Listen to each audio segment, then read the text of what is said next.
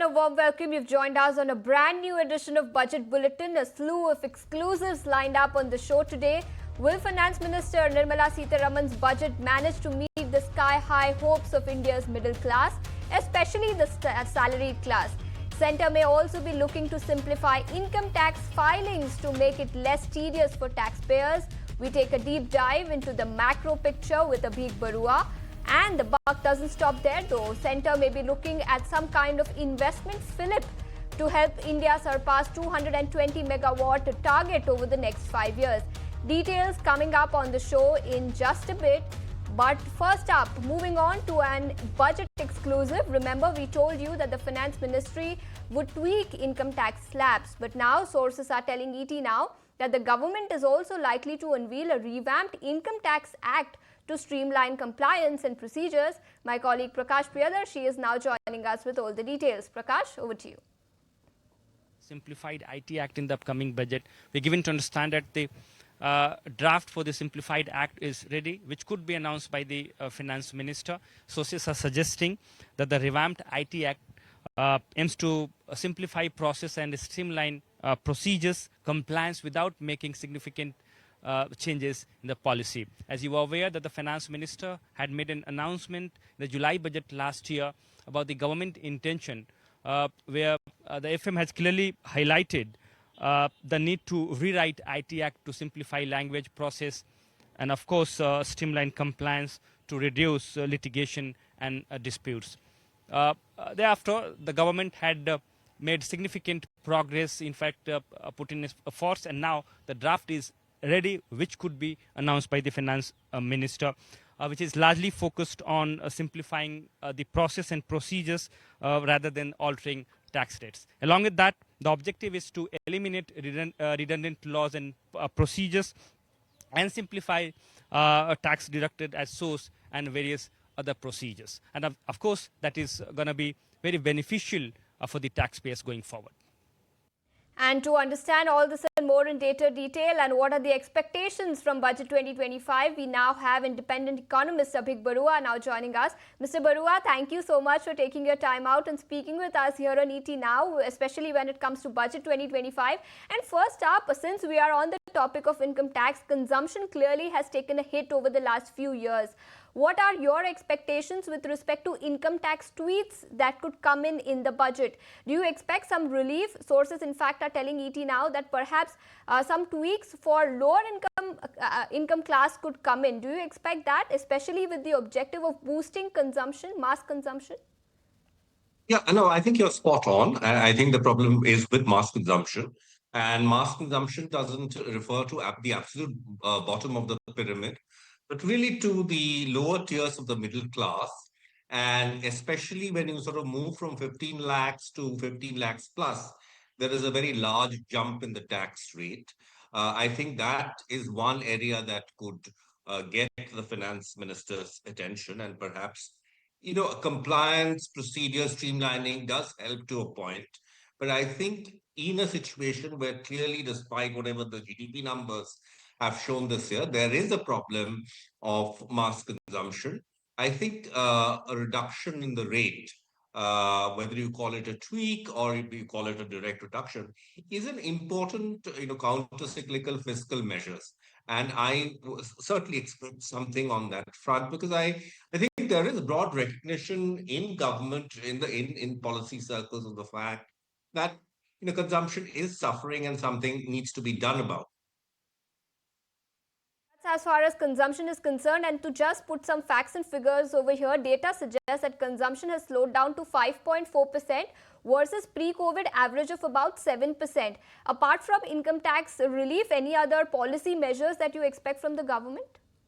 Look, I think one of the things that I would, recommend, and often, expectations and wishes tend to kind of overlap with each other.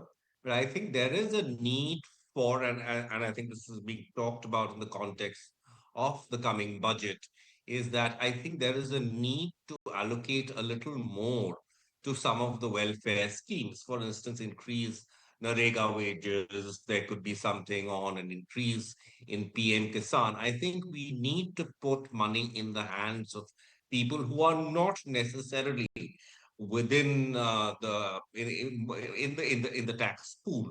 So I think this effort to kind of boost consumption has multiple components to it, and I think to sort of get to what it would do to the fiscal deficit and so forth. I think what has happened clearly this year is that capex has fallen behind.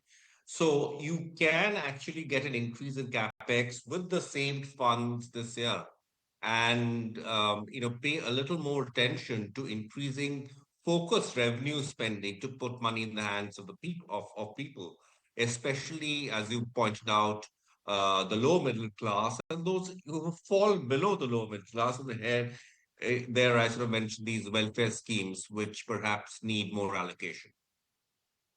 Need more allocation, that's the word coming in. But Mr. Barua, since you spoke about capex and that perhaps in the first half of this year capex was not focused on account of election, on account of monsoon, railway was a theme a couple of years ago, but now focus has shifted to manufacturing and capex. What will the figure be that you're aiming for in this budget? Above 11.5 lakh crore, will that be the figure that you're working with? I would think so, perhaps maybe even a little less.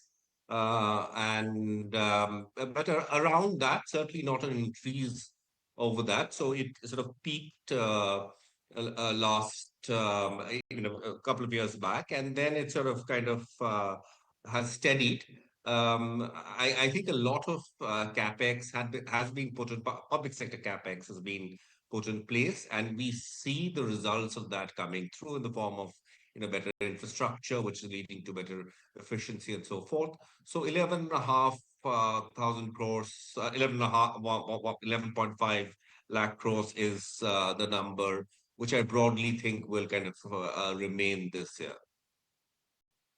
Patience with respect to budget. Mr. Barua, thank you so much for joining us on ET Now and helping us understand what the expectations are from Budget 2025. My pleasure entirely. Shifting focus to another exclusive then, sources tell ET Now that the government may announce a mega battery storage plan in the upcoming budget, where it will be mandatory for all renewable energy projects to make space for battery storage. My colleague Prakash Priyadarshi is now joining us with more details. Prakash, over to you. Yes, we are learning from our sources that the government is likely to announce a mega plan for battery storage capacity in the upcoming budget. We are given to understand that the renewable energy developers will be required to mandatorily set up battery storage capacity, and therefore all projects will include a certain amount of battery storage capacity. Developers are likely to receive financial support from the government for setting up of battery storage projects. These projects will be very crucial when it comes to India's renewable energy obligation. We are given to understand that the battery storage capacity is projected to exceed 220 gigawatt in the next 5 years as compared to 220 megawatt at this point of time. A very significant development coming in. In addition to that, what we are also learning from our sources that the government may announce a comprehensive renewable energy zone where a variety of renewable energy projects will be set up in a dedicated zone, such as solar, wind, green hydrogen, green ammonia, etc. MNRE is of the view that days are gone for the dedicated zone for a single renewable energy project, and therefore a comprehensive zone will be announced to cover all kind of renewable energy projects, and states will bid for a dedicated renewable energy zone. Along with that, the sources are also informing that the government may announce incentive for banks and financial institutions to boost funding for the renewable energy sector. Ministry of New and Renewable Energy has sent these proposals to the Finance Ministry, and we are expecting that the government may announce some of these proposals in the upcoming budget. Focus will continue to be on renewable energy expansion. That's the word coming in. Thank you, Prakash, for joining us with all those details. But as we wind down on this edition of Budget Bulletin, here's a word from Vari Energy's Hitesh Doshi on what he expects from the upcoming budget. Listen in. The solar industry, definitely there are the challenges in terms of the land or the grid connections, and government is working on that with this solar land parks, as well as getting more and more the grid connections. So as a manufacturing, definitely we expect the government, it may be not only the solar, it is the batteries, or all other products which require in the entire ecosystem, that we should make them in India if we want to use them in India. And we know that government is working in this direction to promote a made in India. And any raw materials also, which we are importing today from the outside, that also government is working to make it India. So from this budget, as a manufacturers, as a service providers, there are simple 2-3 requirements in terms of the taking out the hurdles from putting up the solar panels or manufacturing, and another is how we increase more and more make in India. But there's no need to make this demand, as government is already working in these directions. Of course, when it comes to the manufacturing, we have requested through our associations to go back to the 15% tax regime to promote more and more manufacturing in the country.